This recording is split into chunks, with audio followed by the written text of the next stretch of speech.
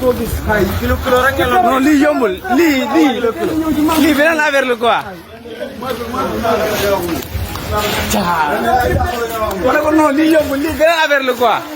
li lañ koy topp ba mu jeex billaay walaay talaay ay kilo la daan dox ay kilo ci peron lañ daan ko sëpp engrais dugub gerte bi rek mooy ñëw non lii dafa yombul quoi lii ñu ngi ko soog am sonko yi jumaay mooy sonko barki rasulilaay xoolal ma moto bi rek jëlal moto bi mu ngi nii di yegg si wàcceegul sa bagage am saret yaa ngi wàcce ba léegi engrais bi joxul bu gerte bi rek moo ñëw engrais gerte bi rek moo ñëw waaw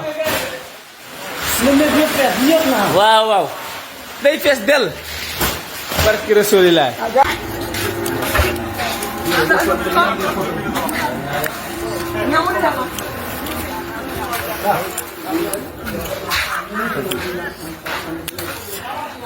ana waa groupe Pastef bi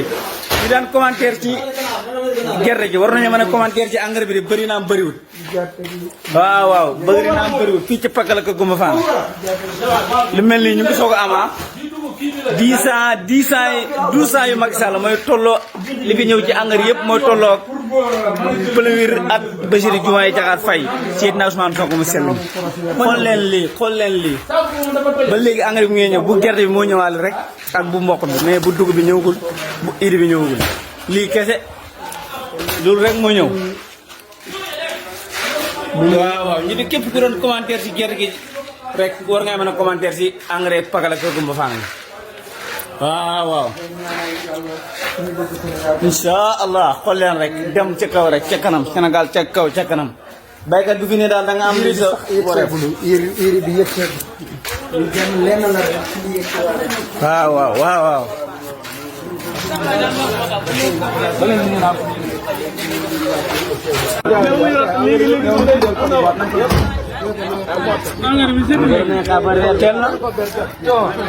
bay baba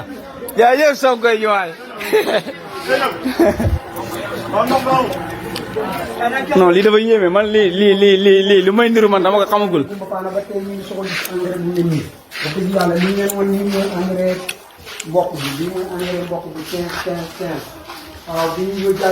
dafa yéeme quoi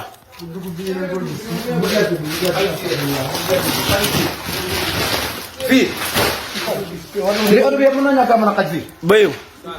béy bi Sonko topp la de billaay walaay dala bii ngeen ne ban engrais bii ban engrais